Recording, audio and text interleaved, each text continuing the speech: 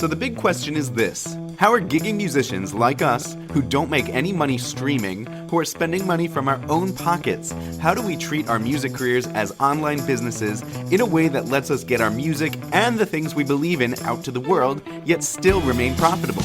That is the question, and this podcast will give you the answer. My name is Jared Judge, and welcome to the Gigging Musician Podcast.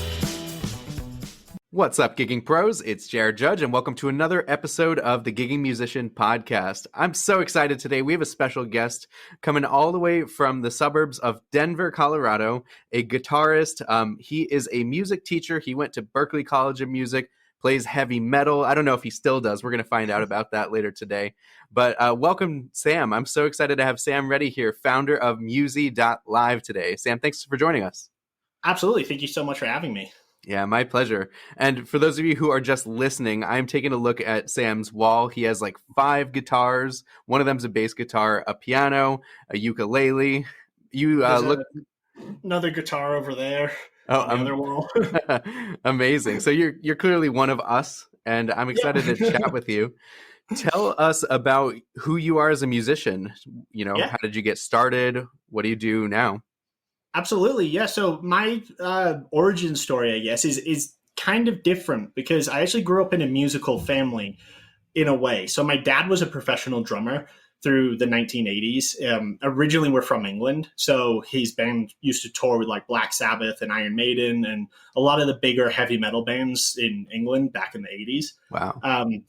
And so music was around the house all the time. And my dad had a drum set in the basement and, used to play along to music every day. Ironically, I never touched an instrument until I was about 13 or 14. So I think it might have been like the music was always there, so we sort of ignored it. But my parents never pushed us to pursue music. They never, my sister played piano for years before I ever even picked up a guitar. So it was kind of an interesting route to music. But when I got a guitar, I remember they said for the first year, no lessons. You just have to show us that you're going to actually play it. And I think within the first month, I'd already got through the main open chords and was sort of sitting there going, okay, now what? And so they're like, all right, well, it seems that you've actually bought into this. So from then on, it became an obsession. I was the kid that was playing 5 or 6 hours a day. And it definitely helped that my day-to-day growing up was pretty cool. Like I would get home from school, 2 or 3 o'clock. I'd go right into my basement and my dad he worked from home. So he would come downstairs and we would jam for an hour or so. And then I'd stay down there and practice for another couple hours. He'd come down again before dinner, another jam session, and then maybe one more before bed. And that was a pretty typical day. So I was playing like with another person, 10 times a week or something. That's amazing. Like it was that. Yeah. It's an incredibly musical environment. Yeah, very, very lucky. And my neighbor, he got really interested in the drums kind of the same time. So my dad showed him a couple things on the drum set, and then he started taking lessons. So we formed our own band. That was our first band, just the two of us playing basic like AC/DC knockoffs. And then, just kind of kept going from there through high school. I got some recording stuff, which is actually all still on my desk right now, almost 20 years later. But I used through high school, I recorded all the kids in school. So there was one of my friends was a rapper. To be fair, he was actually pretty good. The high school rapper who thinks he's good. To be fair, he was actually very good. And so we recorded a couple of albums for him and I probably recorded like 6 or 7 albums before I graduated high school. Nothing, they weren't polished masterpieces or anything, but I got the experience of bringing people into a room, miking up the whole thing and getting them to play to a click track and kind of taking on that producer role. And I thought that's what I wanted to do. So when I applied for college at Berklee, and that was the only school I applied to. My mom applied to other colleges for me simply because I refused to. And I knew it was all or nothing for me. So I just spent every day practicing, and I worked on one song for almost 5 years. That was my audition piece, a song called Glasgow Kiss. It's a really technical guitar song. And, so I worked on that and wanted to play heavy metal and record bands, and that's what I assumed I was going to be doing. And as you kind of alluded to, I do neither of those anymore. So it's definitely a weird journey from where you think you're going to go. Yeah, for sure though. And it's all the experiences on our journey that lead us Yeah. to where we are today. And it's funny, when I grew up, my dad was big into Black Sabbath and Iron Maiden and Judas Priest. We went to Ozfest. We went to some Judas Priest concerts, which was awesome. kind of ironic for a violinist to go there. But there are so many similarities. Music does cross over. Yeah, absolutely. I would argue that heavy metal and classical music are actually this. If Beethoven had a band instead of an orchestra, it would be basically the same stuff. Just he would have written heavy metal. Yeah, for sure. But yeah, I kind of one of the things I say about being at Berklee and around all those musicians is that when I got to college, I was very much heavy metal, heavy metal, heavy metal. Mm-hmm. That's all I had ever grown up with. That's all I'd ever known. And when I got to school, I was like, oh, there are other genres of music, and that's when you start meeting violinists and or people who might be classically trained and then you start merging them, and that's when you start seeing the real magic happen. Oh yeah, so your playing started to change? Oh, definitely. Well, so when I got to college, as I had mentioned, the things I wanted to do were record and play in a band. And my dad had actually given me a pretty solid piece of advice right before going to school. He's like, put your band together as fast as you possibly can, because every other person at that college is going to be trying to do the same thing. So you need to go in, you need to scope out the best of the best, and you need to go and recruit them right away. And to be fair, it was good advice. That on the second day of school, I heard this kid practicing his drum set, and I happened to know the song he was playing just by hearing the drum beat. Wow. It's a very particular heavy metal song. It's by a band called Dream Theater. I love so Dream it's like Theater. A really particular song, right? So like I knew exactly what he was playing, and I just knocked on the door and was like, hey, that's Dance of Eternity, right? And he's like, yep. And I was like, okay, I've got a 7-string guitar upstairs. Like, is this what you do? He's like, yep. And I was like, okay, cool. So move your drum set into the bigger room over there. I'll be right back. And that was the beginning of our first rehearsal. Wow. So it was literally the second day. Then we were jamming, me and the drummer were playing, and a kid knocks on our door, opens it, pokes his head in, and he goes, hey, this is like kind of heavy. I like it. And I was like, yeah. I was like, you wouldn't happen to know any bass players, would you? He goes, I play bass. And I was like, you don't happen to have a 5 or 6 string bass? He's like, I have a 6-string bass.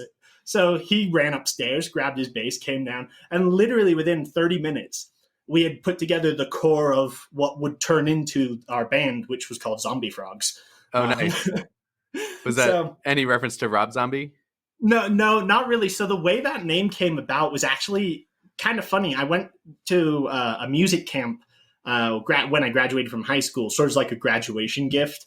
My parents sent me to one of those like ultimate guitar escapes where it's like 5 celebrity teachers. And one of the guys there is a teacher or guitarist called Guthrie Govan. And he's a phenomenal guitarist. And one night everyone was hanging around. He just out of the blue was like, a phenomenal band name would be Zombie Frogs. He's like, that's a great band name.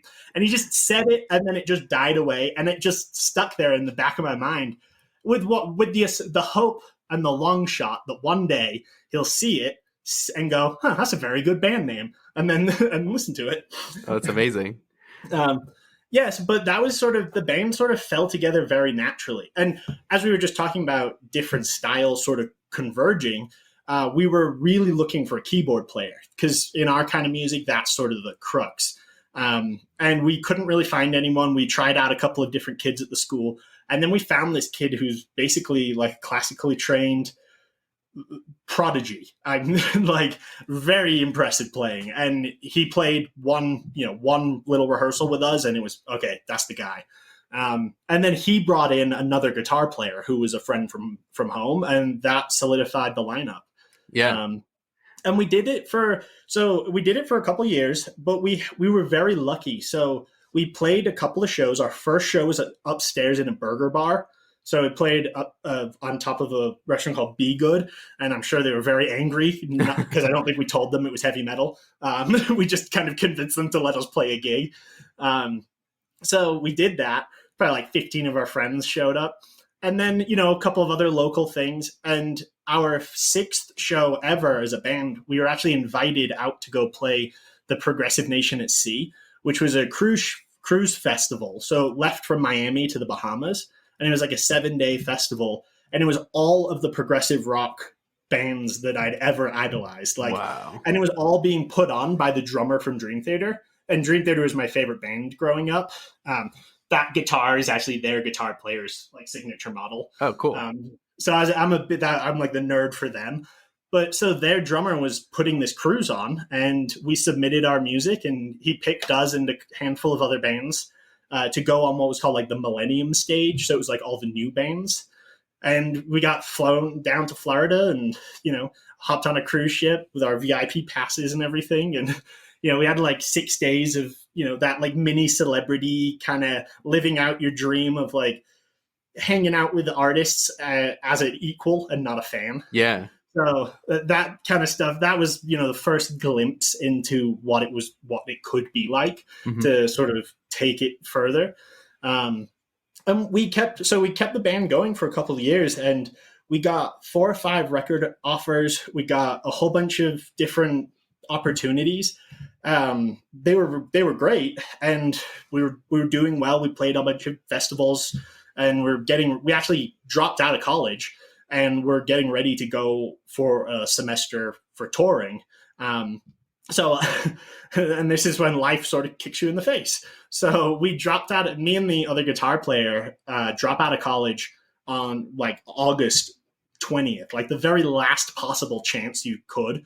So we drop out, and we're still in the city rehearsing. And by the middle of September, our keyboard player has quit because he felt like he basically didn't like the band name, which is sort of a weird excuse, which that could be rectified, I guess. But it just, the personalities started to clash.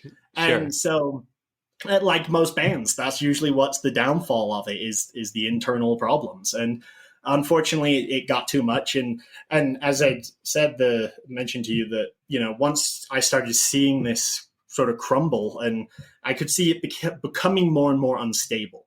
And I knew it was really falling apart when we had a really high profile gig that was a showcase for record labels. So it's sort of like a private invite only, like a really one-time opportunity. And we had to cancel it because our drummer wouldn't do it.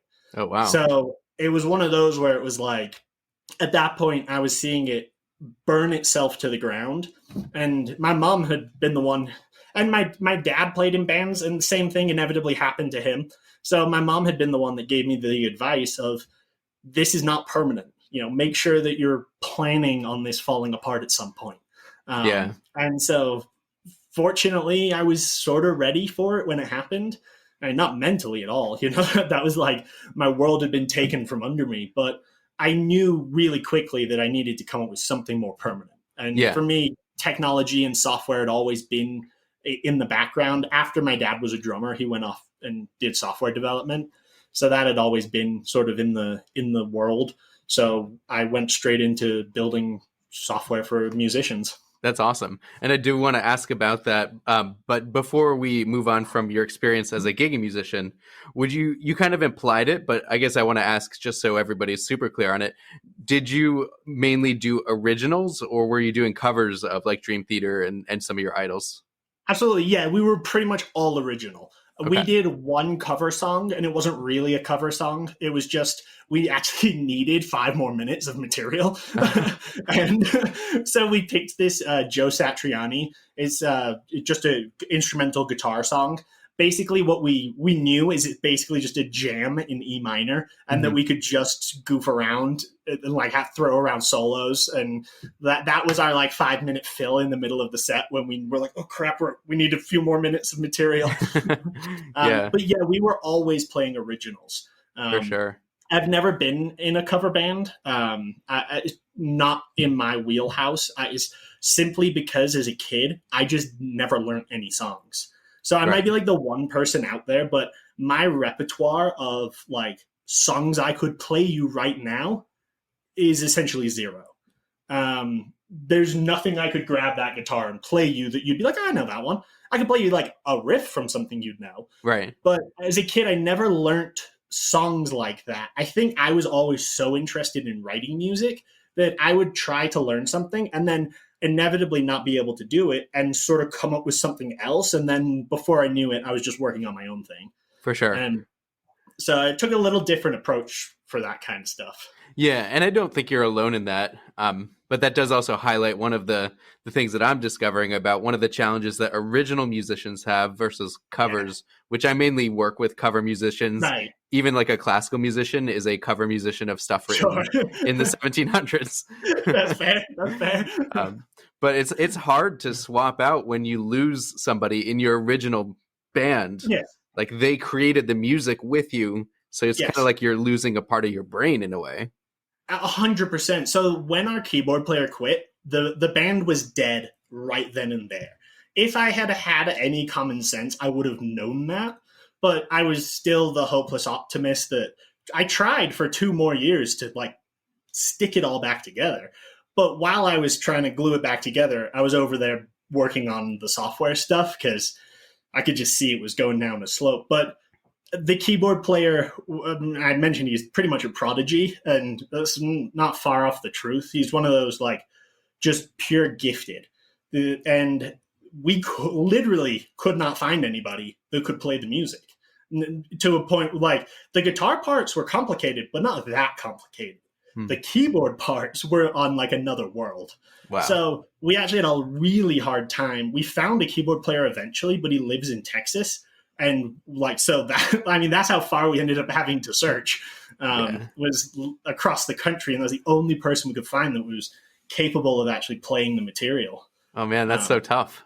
Yeah. And to be fair to that kid, that our old keyboard player, he is actually right now, his band is opening for Dream Theater on their current world tour. Wow. So to be fair, like it worked out for them exactly as we had hoped it would work out for us.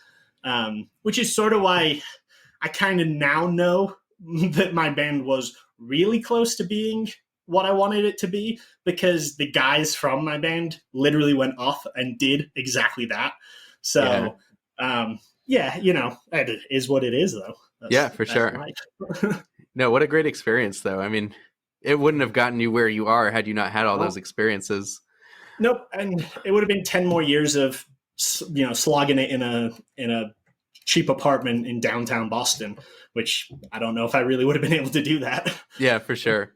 I have a similar story, but I'm not going to tell it because my listeners have heard it. But long story short, I took an audition to be a conductor for the U.S. Air Force Band.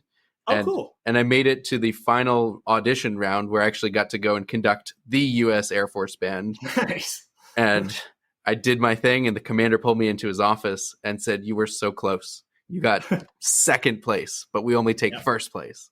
Yep, that's the way the world works. It's the way the world works. And, I am better for that, even though I didn't win it. Yeah, and isn't that the funny thing is that, like, those punches, and we talked about this briefly before, is like the fail hard, fail fast. It's the most annoying trope in entrepreneurship or whatever, in everything. To me, it's the most frustrating trope where it's like, oh, well, you got to fail a couple times before you succeed. And you're like, throughout college, I heard it a million times. I was like, yeah, except me. I'm going to do it. And then when you inevitably fail a whole bunch of times, you go, oh, now I see what they meant. Okay, that makes a little more sense. Yeah, exactly. So tell us about your failures. I love hearing about them. Absolutely. Failures are fun. So the first... Yeah, let's dive into your software if that's cool with you. Yes, absolutely. So I want to let everybody know, Sam runs a company now called Musee.live. Do you want to first tell us what it does and then tell us how you got there? Yeah, so Musee is a virtual music classroom. So with the pandemic, it became very useful. But to clarify, we built Musee before 2020. So that's something that I think needs to be clarified, that this wasn't in response to a pandemic. This just happened to be good timing. Musee is a platform for teachers to host online lessons. And originally, the intent was actually for teachers to be able to do more like online tutoring, where you could, again, back to the college stuff, is students at college might need a tutoring session in something. And I remember this being my thought of like, I was stuck on something for a project and it was a music thing. And it was one of those, like, you're Googling it all night and you're like, nobody really has the answer to this. But 5-minute conversation with another musician would probably be more than enough. Mm-hmm. So we built Musee as a platform where you could actually log in and say, I need a lesson right now. And it would find a teacher who was online at that time and pair you with them in real time instantly. Oh, that's cool. So like on-demand tutoring on the go. And it was pay by the minute. So teachers were making money based on how long they were helping people for. And it was a cool concept. Except we launched that in January of 2020. Oh. And so that's ironically the third failure in our line of our 4 products, I guess, even though Musee sort of won. But basically what happened is, sort of going backwards from there, is we had some previous products and they all sort of built on top of each other to get to here. So when I was in college, the last 2 years when I was trying to put the band back together, I was also building what was called I Want to Practice. Mm-hmm. And it was a practice app basically for college musicians or professional musicians. So it was under the assumption that you were looking to practice for, many hours a day, and you're trying to organize like a schedule of needing to learn maybe a dozen new tunes and 5 or 6 new techniques, and a big requirement. So I Want to Practice was perfect for dedicated musicians. Then the good thing about it is I got to do it in a class called I think it was called Entrepreneurship Lab or something, but it was basically a startup lab.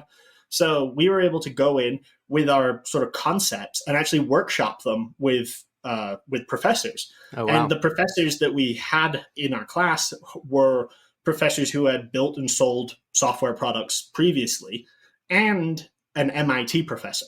So we had one Berkeley teacher and one MIT professor teach the class. That's an amazing class. I want to be in it. Yeah, so it was a powerhouse of like information. One of the cool things is for the first hour, it was a 3-hour class, and the first hour was always a guest speaker.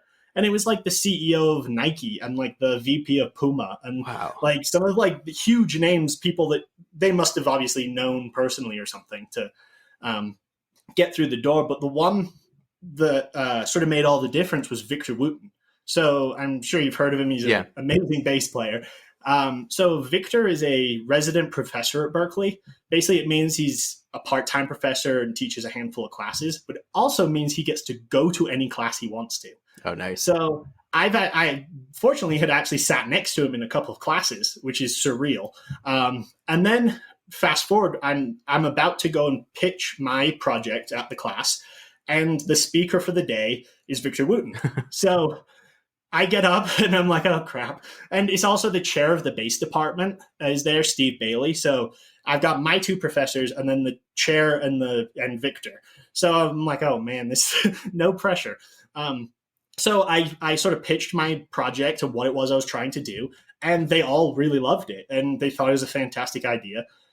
So I brought it to my dad, who had been doing software development ever since his bands in the 80s. And he was like, well, I could code you up a little prototype of this.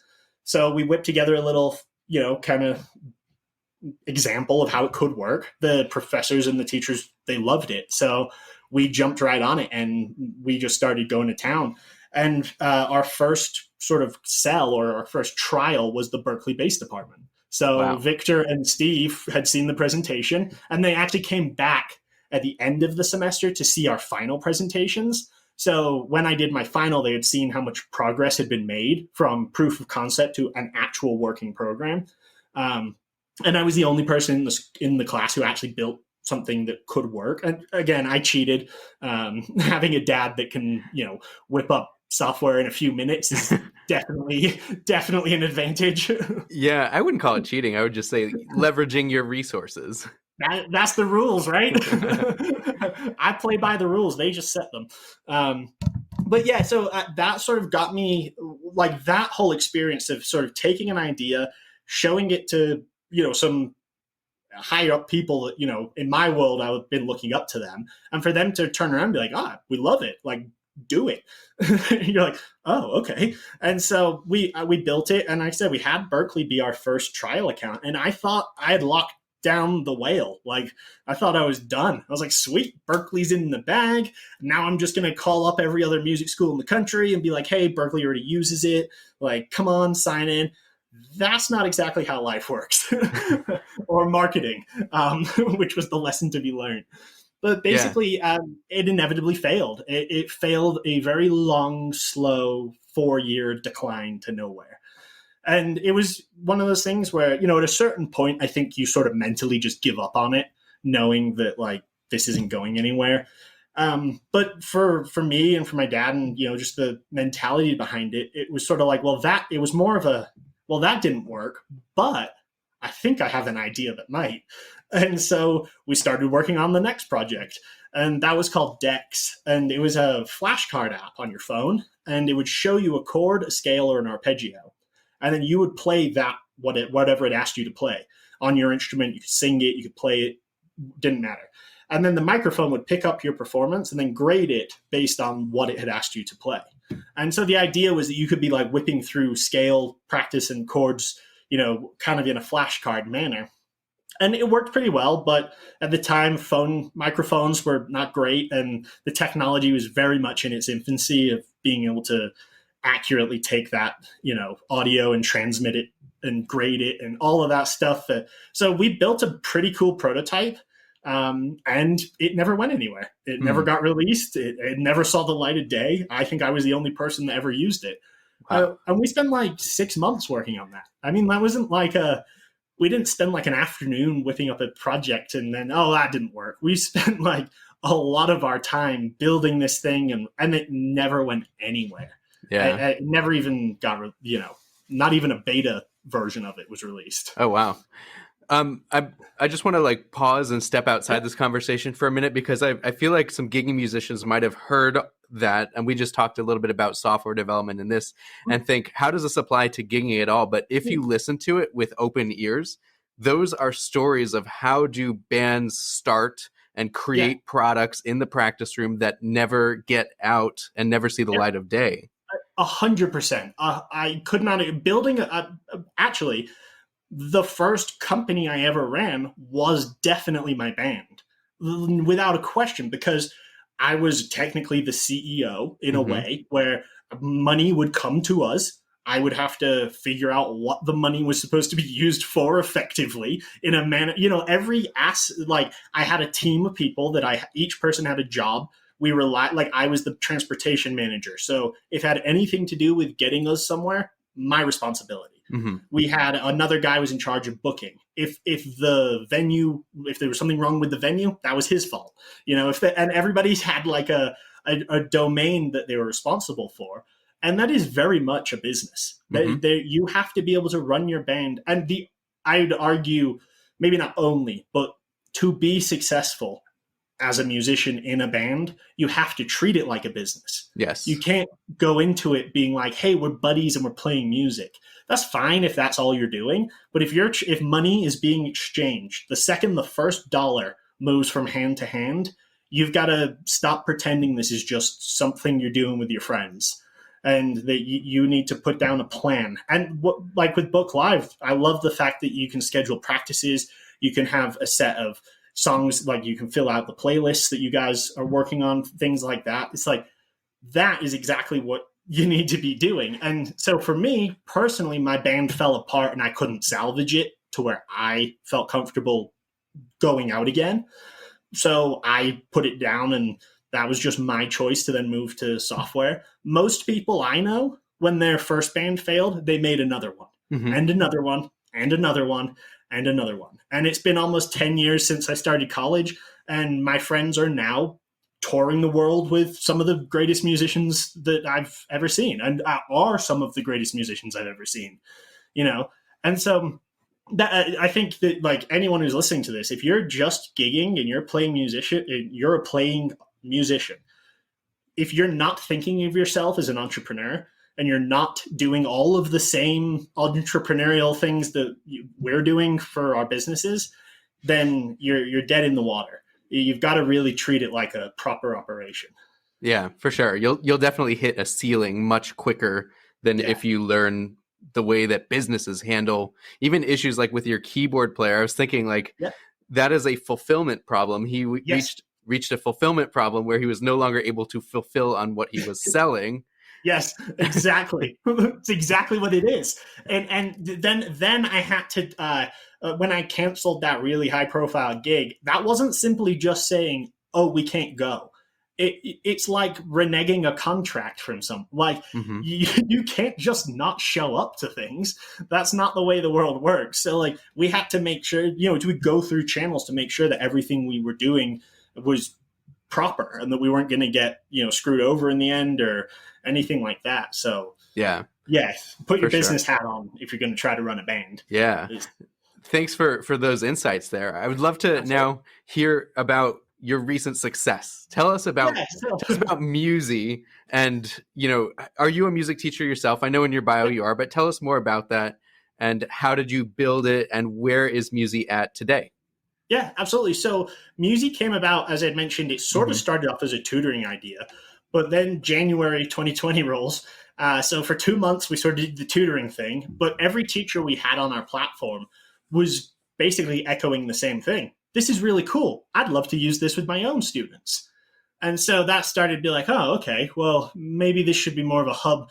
And then March hits and everything gets locked down. So that became a pretty cut and dry for us to be like, okay, we're going to shut down the tutoring business and we're just going to allow teachers to bring on their own students. And when we made that flip, it was everything became better, everything became clearer, the path became so obvious. The previous model was great in theory, but what we realized is all of our money was going to be spent on advertising to students. Hmm. Every penny we had was going to be trying to get more students through the door so that they could go to you. And inevitably, when they had a good lesson with that tutor, they would then go and work with that tutor in private, and we would just lose the business Oh, sure. as being the middleman. So that was my third fail, I guess, into the success. So when we finally made that switch and we shut down the tutoring, the numbers started to roll pretty naturally from there.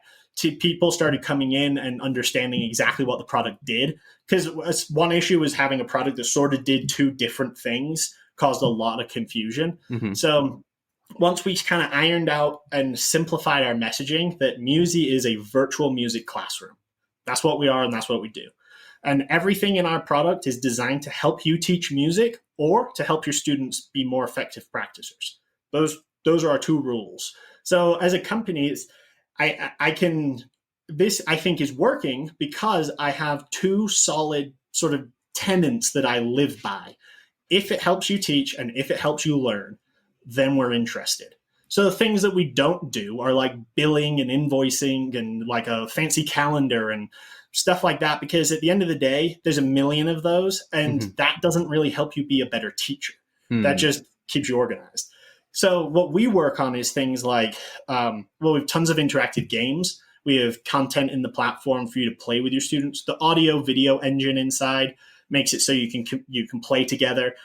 Whether or not your Wi-Fi is fast enough to actually do a duet is totally up to your Wi-Fi. We cannot control that. I should make very clear. A lot of people come to us under this assumption that we've like sped up internet or something. That's not possible. And if it was, I would have sold it to the military years ago. Yeah. So, so unfortunately, but our what we do is we know that there's some problems with online teaching, like being able to physically move your students' hands to help them out or to play together in a nice duet or something. So what we've tried to do is build technological solutions for each of those problems. So for like a duet, we have a cool thing called clips, and a teacher can play their half of a duet. It will record and then immediately share the recording to the student, who can then record their half of the duet. And then you can listen back and hear the performance and everything like that. So a lot of what we do is filling in those gaps of what might not have been so strong about online teaching previously. And we try to fill it in so that when you have an online lesson, the students walk away going, well, why would I do anything different? Like this is the best way to learn. Yeah, for sure. That makes sense. Two things. When I moved from New Jersey to Wisconsin, I'd been an elementary and high school band teacher in New Jersey, then Mhm. went to Wisconsin to be an orchestra conducting master's student. I took with me a couple of my private students who were still in Yeah. New Jersey, and I made a mistake that you mentioned before we started recording, which is I did not adapt my teaching methods Mhm. to the online realm. And Yeah. so I personally was getting burnt out a lot quicker than had we Yeah. stayed in person. Um, Absolutely. could you just talk a little bit about that conversation we had? Yeah. Yeah, that's arguably the most important thing we talk about now is how is there's two schools of thought for online teaching. I love it and I hate it. And there really doesn't seem to be a middle ground.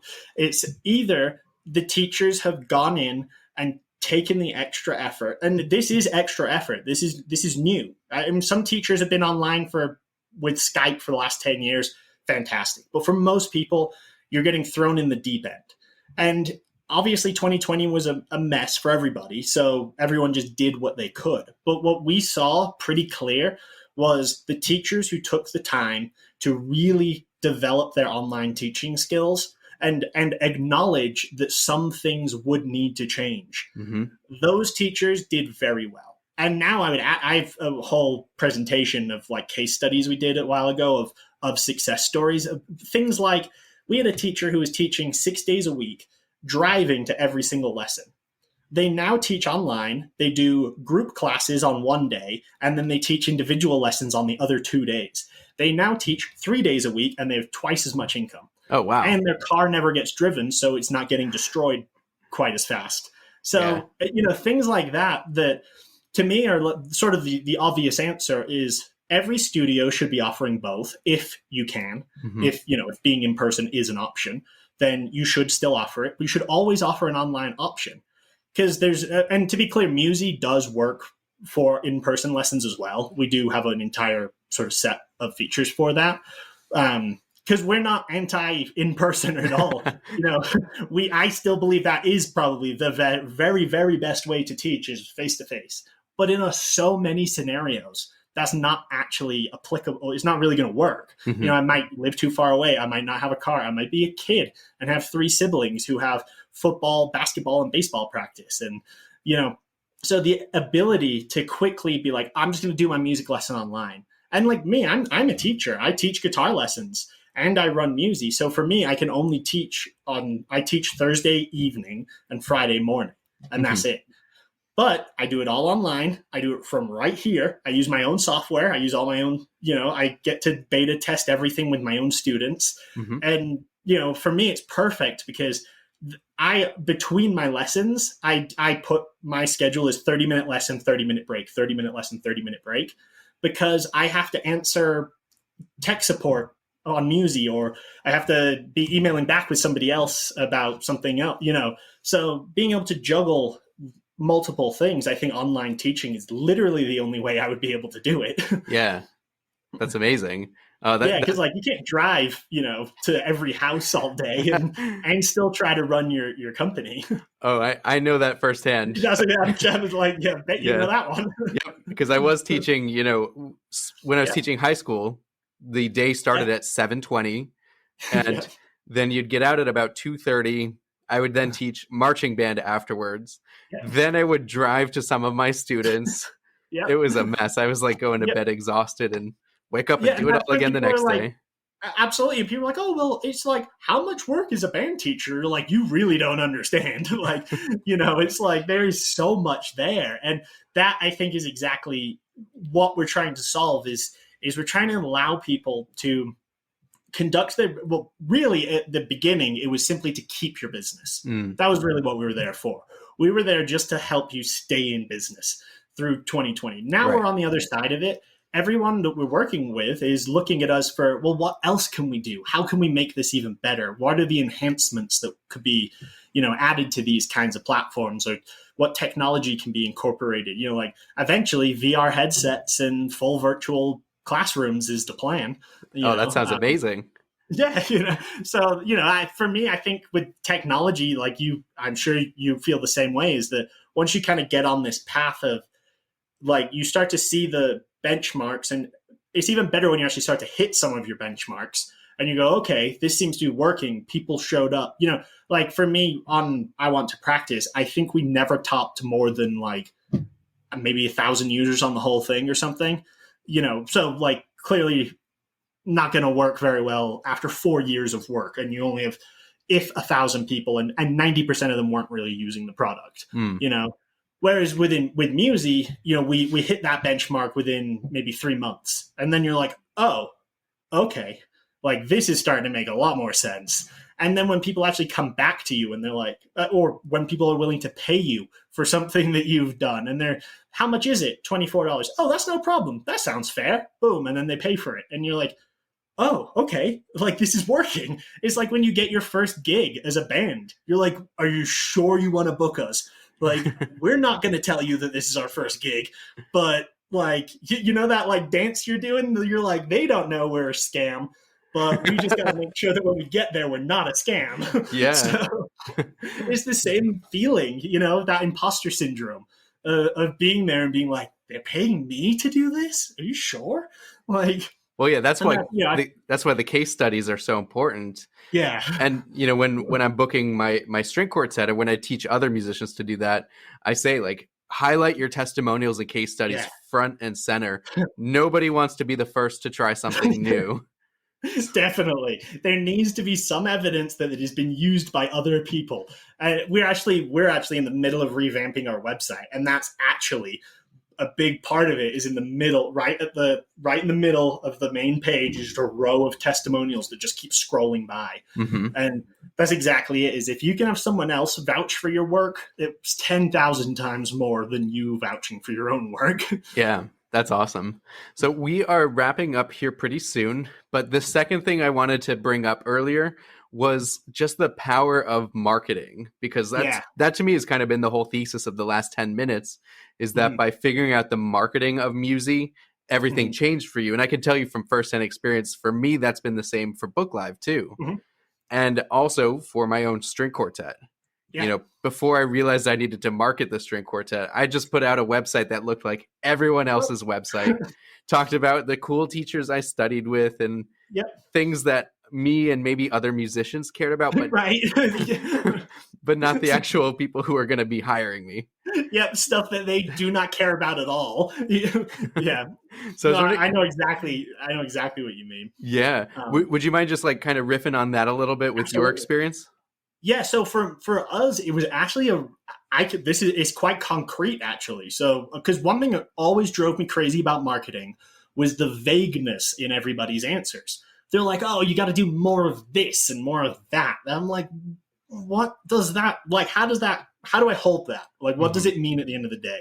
So for us personally, like what was the catalyst that changed it was when we actually found the Facebook music teacher groups. So there's dozens of them. There's hundreds of them now.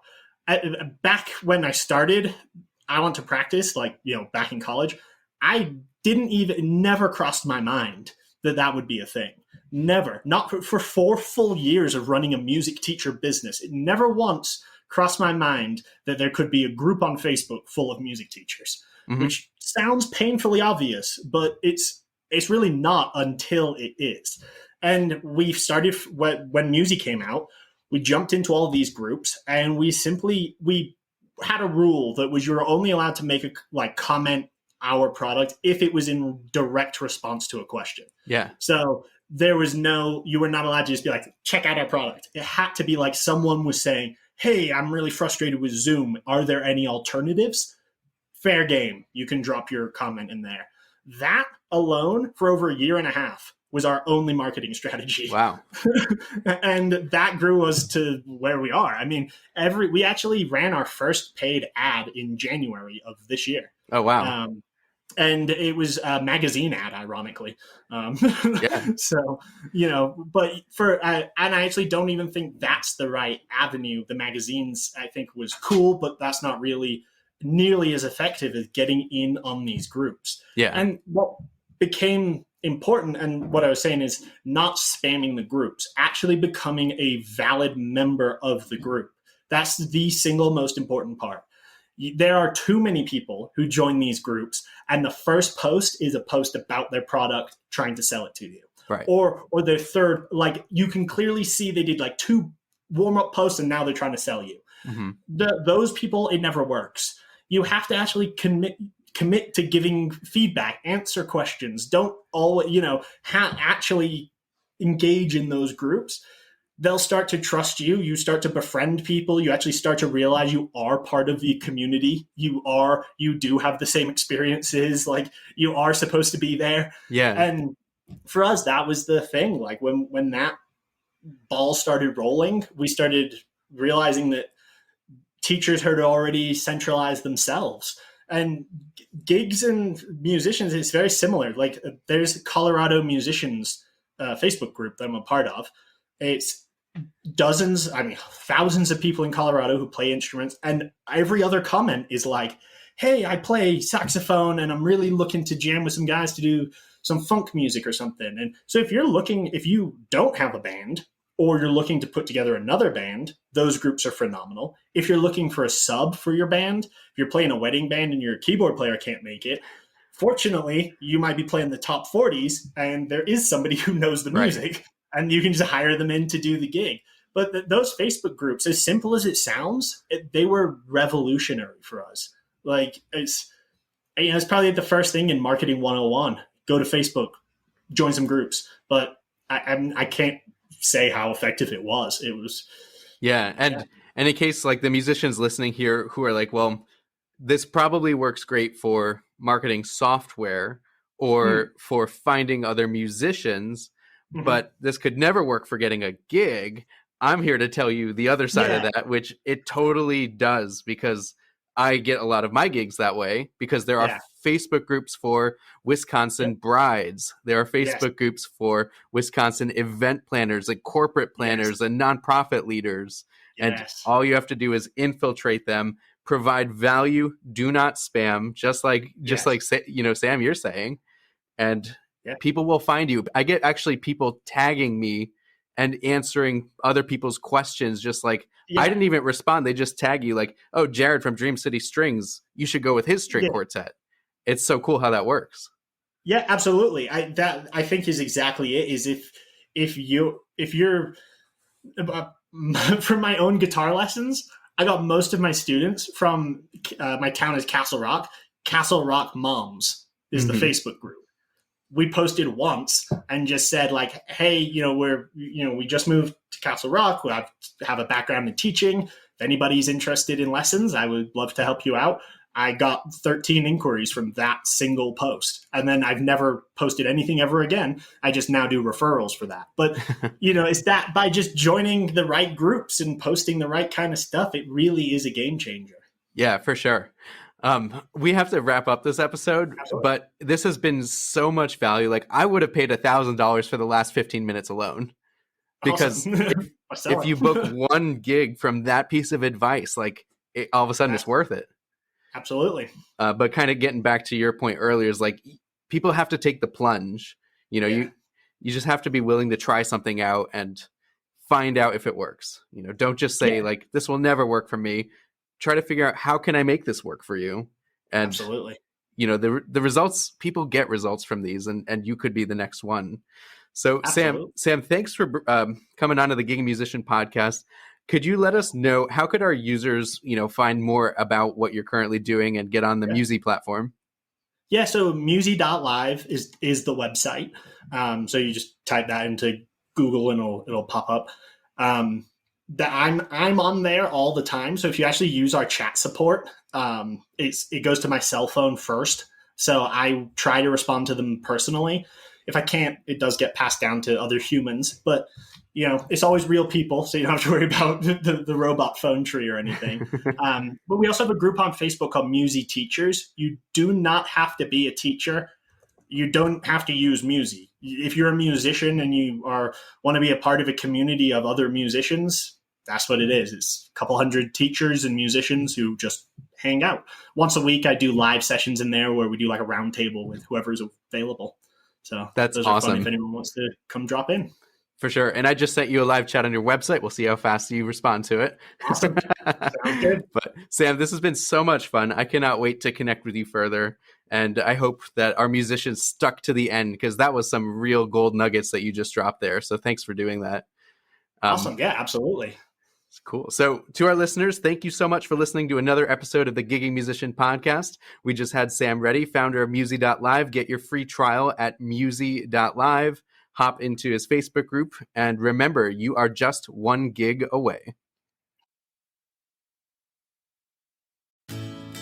Thank you for listening to the Gigging Musician Podcast. If you've loved this episode, then please take a screenshot on your phone and post it to Facebook, Instagram, or wherever you post stuff. And be sure to tag me and let me know what you liked about this episode and what you'd like to hear in the future. That'll help me know what to create for you. Also, I would love to give you the most incredible free gift ever, designed to help you book gigs and make a living doing what you love. You can get a copy of my Gigging Secrets book. Just go to giggingsecrets.com right now.